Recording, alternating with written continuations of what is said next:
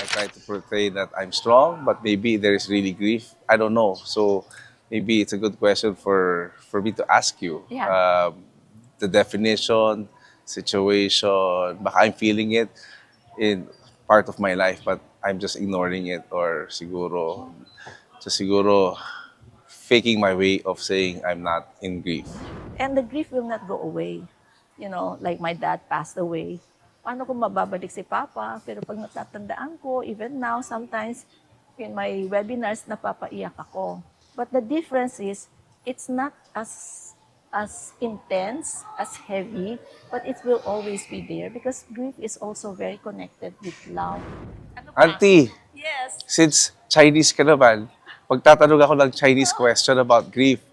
Ako Ha? mas madami ano sa Chinese yun. Makakatulong ba ang feng shui sa grief?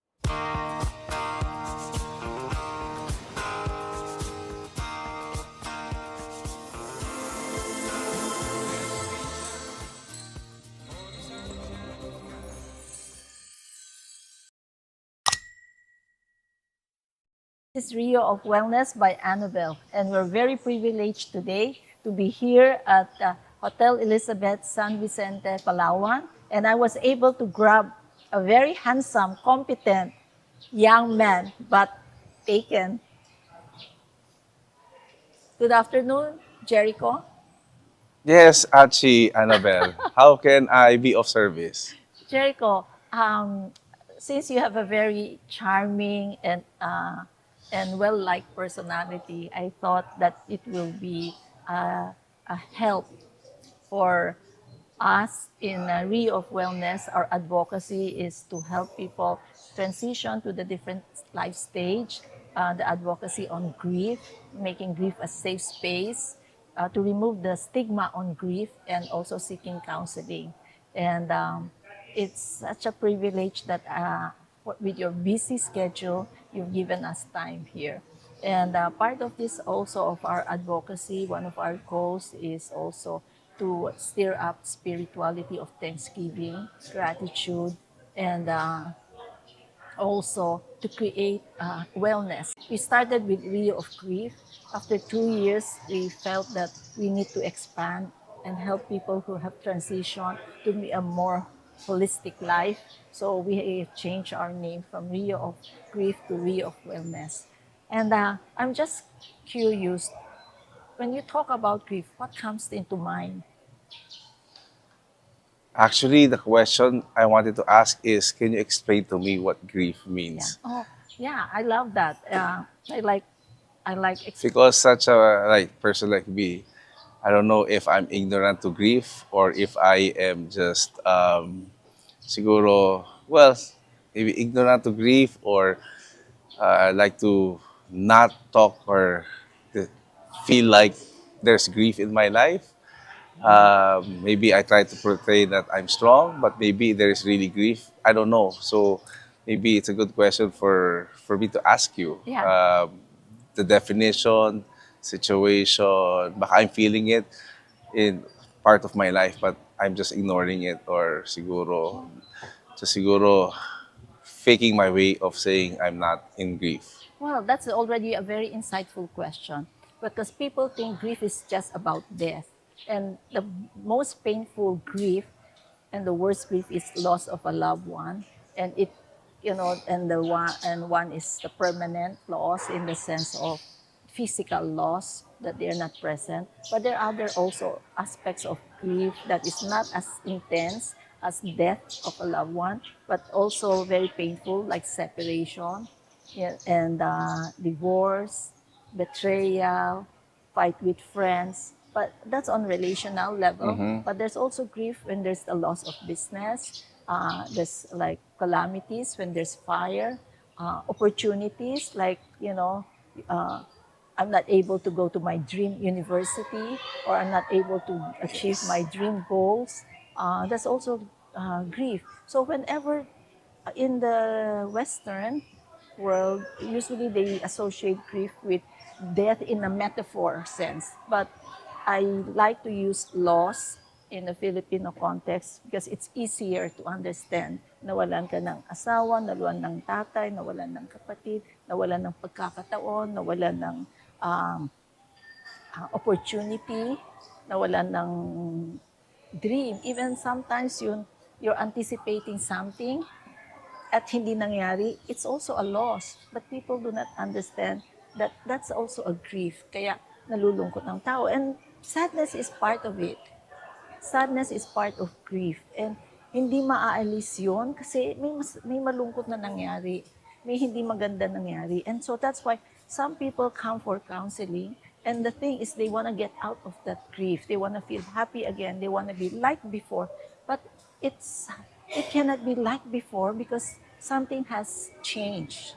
So the advocacy here is to allow people to understand that there's change and there's a process of going through it, that it can help them with their mental wellness, their mental well-being, and the grief will not go away. You know, like my dad passed away. Paano kung mababalik si Papa? Pero pag natatandaan ko, even now, sometimes in my webinars, napapaiyak ako. But the difference is, it's not as intense, as heavy, but it will always be there because grief is also very connected with love. So, so iba-iba ang nagiging dahilan ng mga tao na ayaw mag-grieve or patuloy nag-grieve or uh, hindi alam na they're grieving and so they carry that with them the whole life. Kaya there are people na who are very successful, who enjoys everything. There's nothing missing. But then parang, bakit I'm alone? Because grief, one of the grief reaction is isolation. Parang when you're in grief, especially it's a first few parts, ang isip mo parang, 2 weeks, namatay or nawalan, iiyak, and then after 2 weeks, LOA, leave, and then after that, go back to not normal. But it doesn't work that way because it's a process.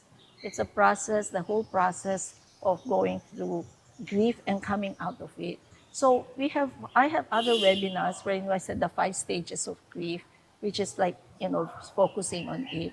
And this is a podcast, so if you want to, know more about it, you watch us on our webinar, and we have that on topic. Nakakatakot ang grief because when you have things in the past that you're not able to grieve, when the big grief comes, lahat yan lumalabas, pero hindi mo lang alam. Kaya some people, when they go through that grief, that's why the worst grief is the loss of the loved one. So pag nangyari yun, parang ang tagal na, bakit hindi? Kasi may mga iba pang grief in the past that they hold dear or that affected their life that they have not able to process.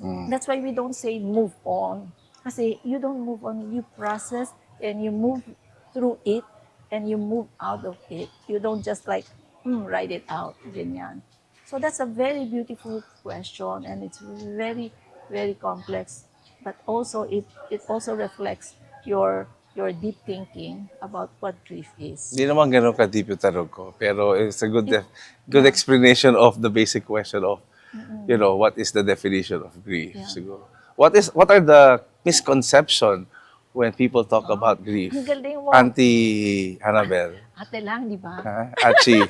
Ha? Yeah. Misconception is, you cry for 2 weeks, it's finished. You cry for 1 month, you finish. Or 1 year na yan. O bakit ka pa malungkot? There's no time frame. What happens is because we have different coping mechanism. Not only we have different coping mechanism, our past, our childhood, our experiences in the past also comes out. So maybe sometimes hindi na issue yung namatay or nawalan. Baka ibang issue na rin. And what complicates grief is sometimes yung old trauma, childhood wounds, and grief na lahat yan sabay lumabas. And sometimes also, why we're afraid of grief is because ang iniisip natin, natatakot at tayo may namatayan, tapos luluksa tayo, grief tayo. Pero hindi lang yan ang dahilan ng hirap ng ating damdamin. So, That's why when it gets complicated, you need to go for counseling so they can figure out how it is. Because sometimes the grief response is a trauma response, not a grief response. And sometimes one of the stages of grief is anger also. That's the, that's the second stage. But we don't say stage na 1, 2, 3. But that's also part of the process. Kasi nga, yung mga ibang hindi mo na-grief, may galit ka, tapos nag-ipon-ipon. So when this big grief comes, ay lumabas na yun sa Complicated bago. pala tong grief na question ko ito, For auntie. mental, yes, Ah, for mental health. But for those who have good coping mechanism, it's, they just have to go through it. So that's why, yung sa amin is when they come for counseling. But hindi mo pwedeng i-push ang isang tao na maging okay kasi hindi kaya ng tao eh. So that's a misconception na, isang taon na yan, o 2 taon na move yan, on o na. 9 years na. Ah, Hindi eh. Kaya may mga ano pa, may dinadala. You will know a person is healed. The grief will be there, but the way they deal with grief is in a healthy way is because there's more love than pain.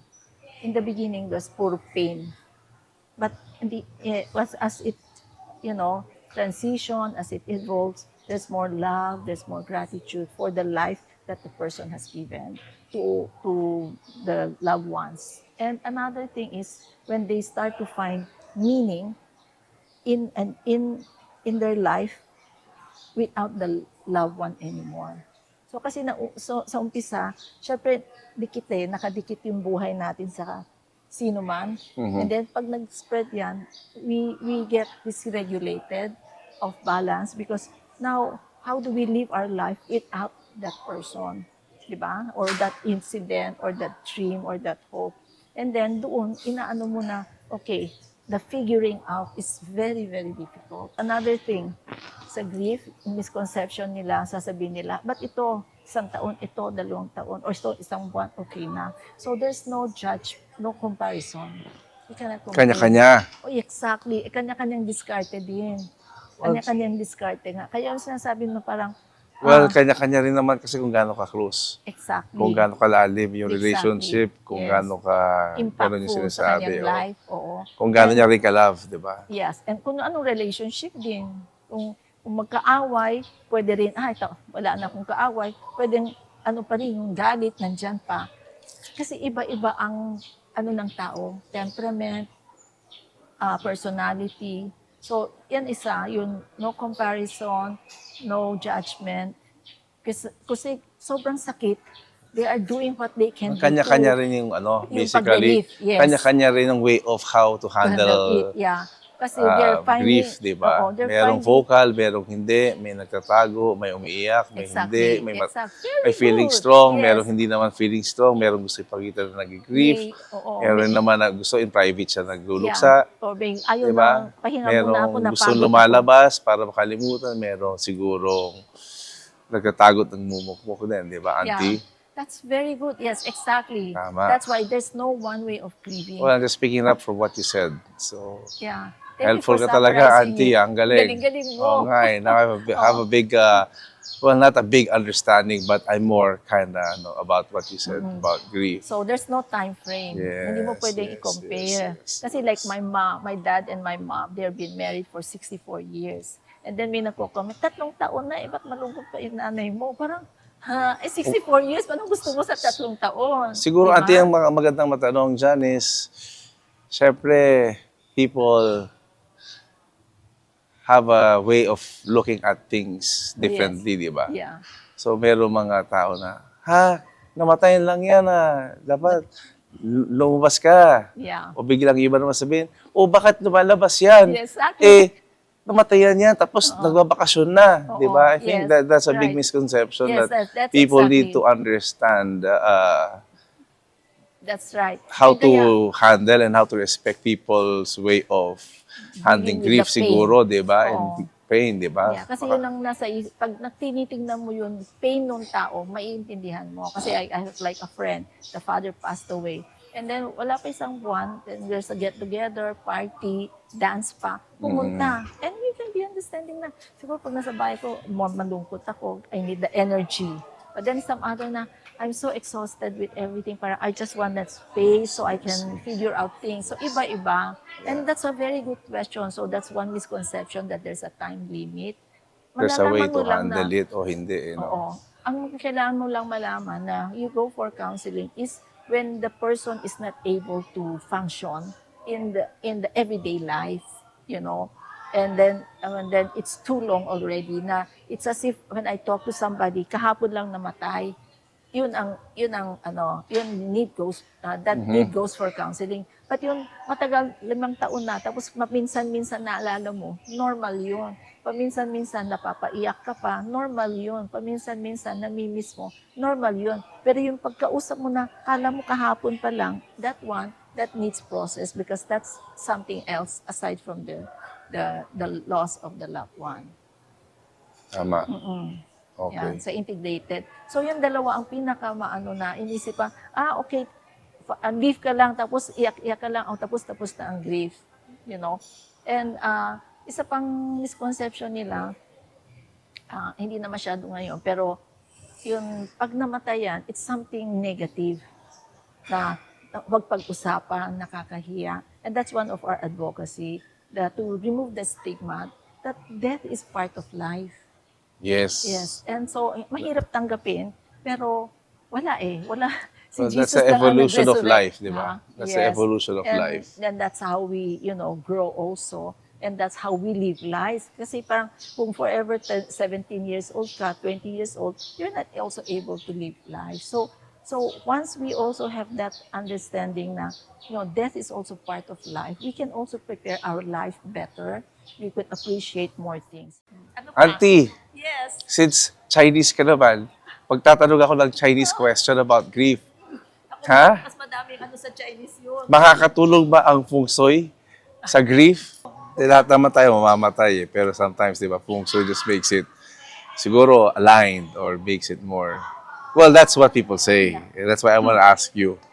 So, nakakatulong ba siya o hindi? Is it bad? Is it good?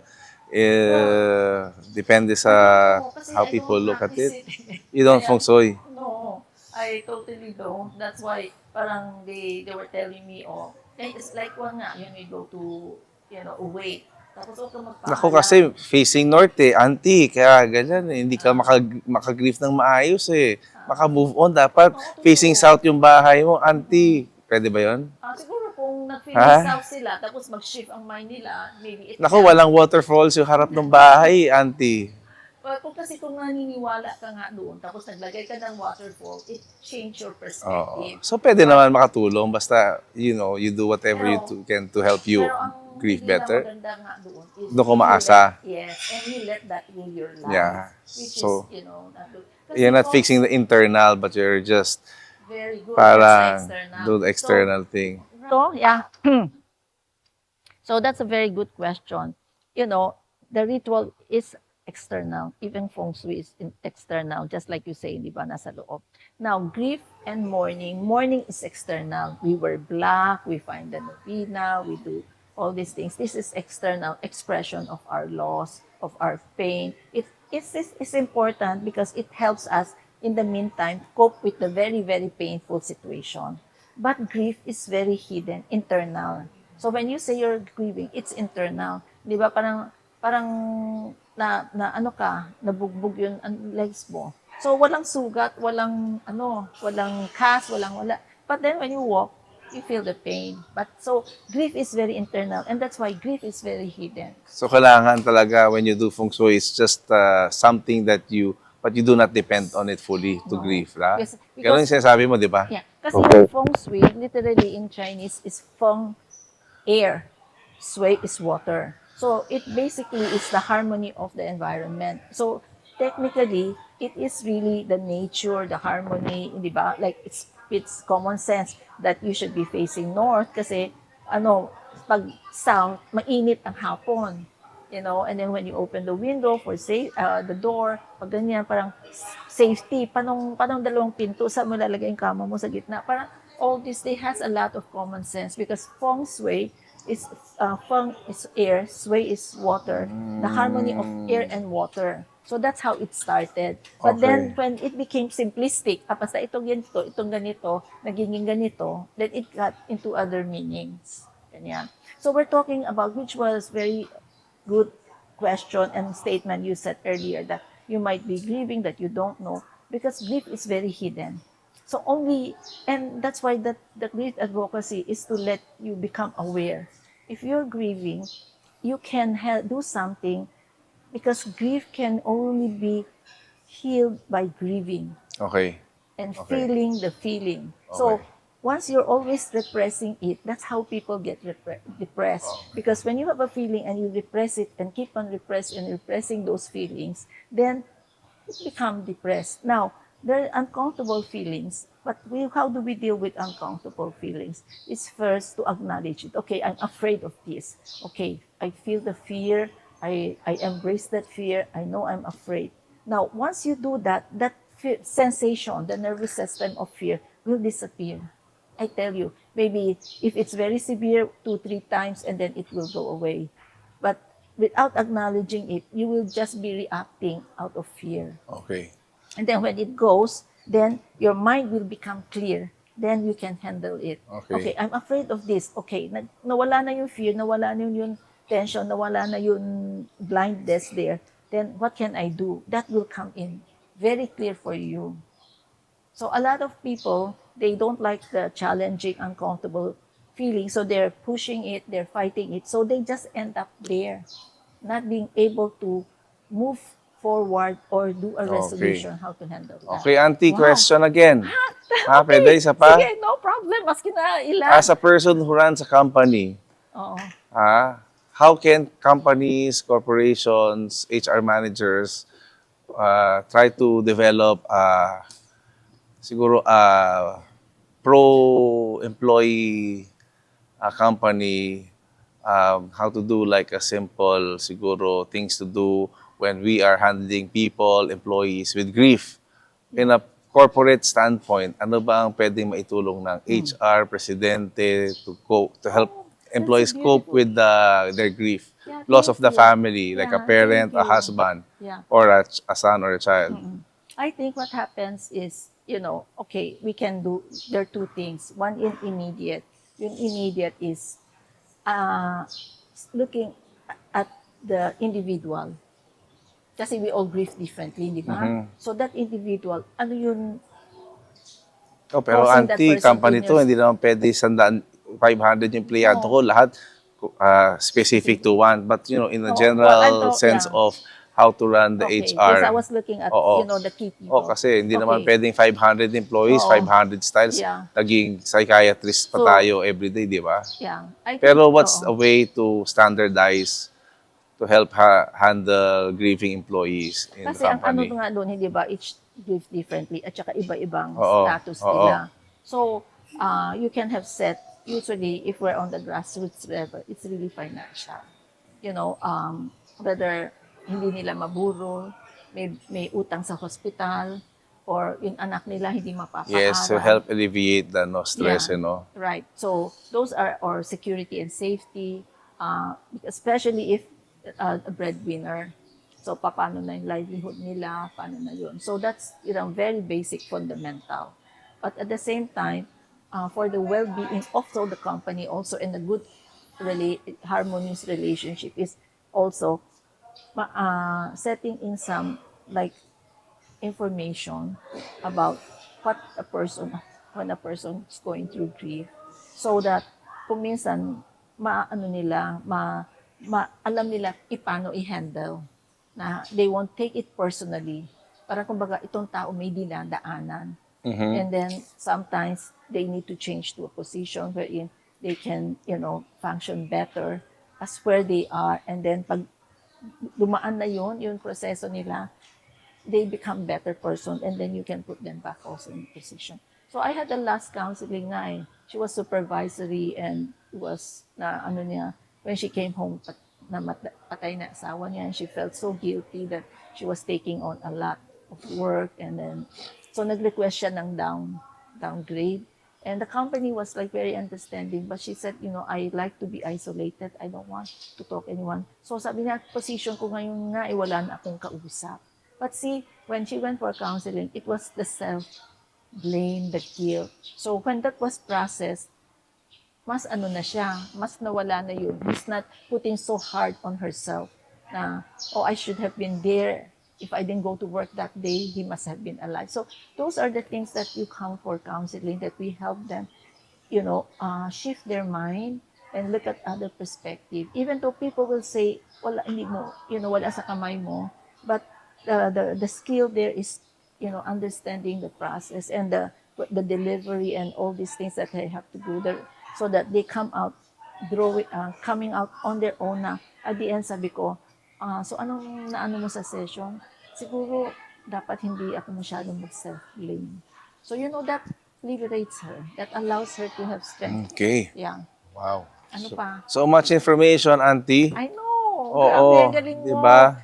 Ang galing mo kasi yung mga tinanong mo is very critical, and it's not a surface question of grief na yung basic na, it's unique as a fingerprint and everything. So, napakaganda. Thank you. Thank you for those questions. Pwede na ako mag-reflect at magsulat ng libro based on your questions lang. Oo naman, Auntie, di ba? Kasi syempre, there's some hard questions sometimes that Yeah. people don't usually ask. Yes. Siguro. And that's one of our goals, to provide a safe oo, space. oo. And also, they'll feel comfortable asking those hard questions, because yung hard question na nakatago, yun yung dala-dala Pwede pa nila. isang hard question? Oh, sige. Ha? Ano na kita ng isang episode. Ha, Auntie? Oo. Yeah. Ano yung masasabi mo naman doon sa mga tao na kailangan mag-boyfriend ka na, mag-girlfriend ka na para maka-move on ka? Di ba? Kasi hindi ka maka-move on. Exactly. Ha? Paano Yeah. yung, ano ba, Anong gusto mong doon? sabihin Tama ko? ba yun? Mali? Yes, at, ano Magandang gusto mong idea ba yun? Gusto mo anong sagot ko? Doon sa taong nagsasabi nun, o yung nagre-receive ng Pareho. comment? Pareho. Hindi, I mean, just in general, di ba? Usually, mga kaibigan natin dyan, sabihin, So, ang nako, unang tanong ko, gusto ba nung tao? hindi, di ba, yun nga yung connotation na, kailangan Ano nga? hanapan natin ng date ikaw o mag-ano ka na para maka-move on ka na kasi 3 taon na. That's true. Umiiyak ka pa rin. When I was separated, may sabi, sige, maghanap ka na habang Oo, bata di ba yun ka. yung unang mga amigas, amigos, Yeah. mga kaibigan. Minsan maawa ka na lang doon sa kaibigan mo. Kasi set up ka na bigla ng date na hindi mo alam, dinedate ka, may date pa lang na hindi mo alam. Para lang, di ba? Yes, I understand. Yeah. And you have good friends, they have good intentions. Oo. And, usually, pag ganyan, yun sila, nahihirapan sila na nakikita yung kaibigan nilang ganyan. Pero, yung unang tanong ko nga handa na ba yung tao? Yun. Paano yung pag sinabi ng tao, you will never be ready until you jump in the water? Sometimes, Diba? You'll never learn how Yeah. to swim if you don't jump in the water. may mga ganyan. May paano mga ganyan yun? na tao na they have to jump. Oo. But ang problema doon, because grief is so connected with love. Oo. So, pag hindi pa siya ready, ibig sabihin, hindi pa siya tapos doon sa pagmamahal niya. Hindi yan about, really, so pag ganyan, mas kinapatay na yung tao, parang nag-rebound. Mangyayari sa kanya. Okay. So, wala lang, natanong ko lang Hindi, kasi it's a nga, good question. it's a general question No. or a general, No, but it's diba? true. Ay, kailangan, ganyan. nga Kailangan may ganito. Kaya may kilala ako. Para makalimutan niya. Kaya may parang kilala ganyan. akong mga ibang guys o ibang girls, serial boyfriend. Because it's not about having that relationship that will heal. It's about their internal readiness, their internal, kasi if you're going to go into a relationship, you should be able to accept this person as who or she is, di ba? So ngayon, pag inano kita na ikaw, parang okay ka na para hindi ako malungkot, para may kasama ako, para masaya ako. Yes, that's on the practical sense. But the relationship will not be as, smooth, because in the end, it's a self-donation. You have to give yourself and I have to give myself. So pag Dapat lahat invested eh. kasi Ganon pag ba? lagi kong inisip, ay, yung dati kong ganito, ganito. It's like, having a boyfriend that you broke off and then you say, ay, yung dati kong boyfriend ganito, o yung dati kong girlfriend ganito. It's the same, except this is dead. But it doesn't change that love and that relationship. Okay. So, ang lagi namin tinitignan is the person. Because we have all good intentions, we can all tell them what we know, what we can do, but that person might still not ready for that, or that person is still blind. And sometimes you'll be surprised. In the head, it's accepted, but in the heart, it's still in denial that the person is dead. Kaya mahirap turuan ang puso. That's what I always say. If the brain can feel like the heart, and the heart can think like the brain, you won't have any problem. But the brain is the brain, and the heart is the heart, and they do their own function. So when the spirituality, the heart, and the head are aligned, that's when you have strength, that's when you have peace. Okay. Yeah. Oh wow, that's a lot of already Oo. information. Oo nga eh. Information Parang wala na overload akong na ako. Hindi, ako Ha? rin parang wala na Para akong sasabihin sa aking ibang webinar at saka ibang ready na podcast. ako ah. Yeah. Thank you so much, Jerico. Yeah, thank you, Auntie. Yeah, thank you. Love you. Yeah, thank you for Tita. indulging me this Oo, ambush. oo.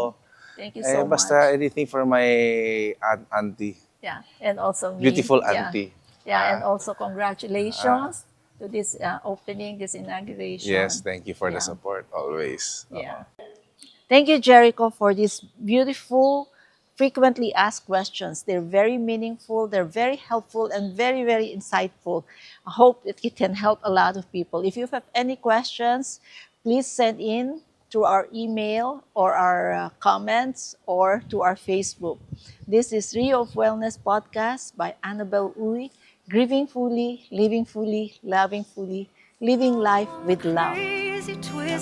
Love you, Auntie. Thank you. I've learned.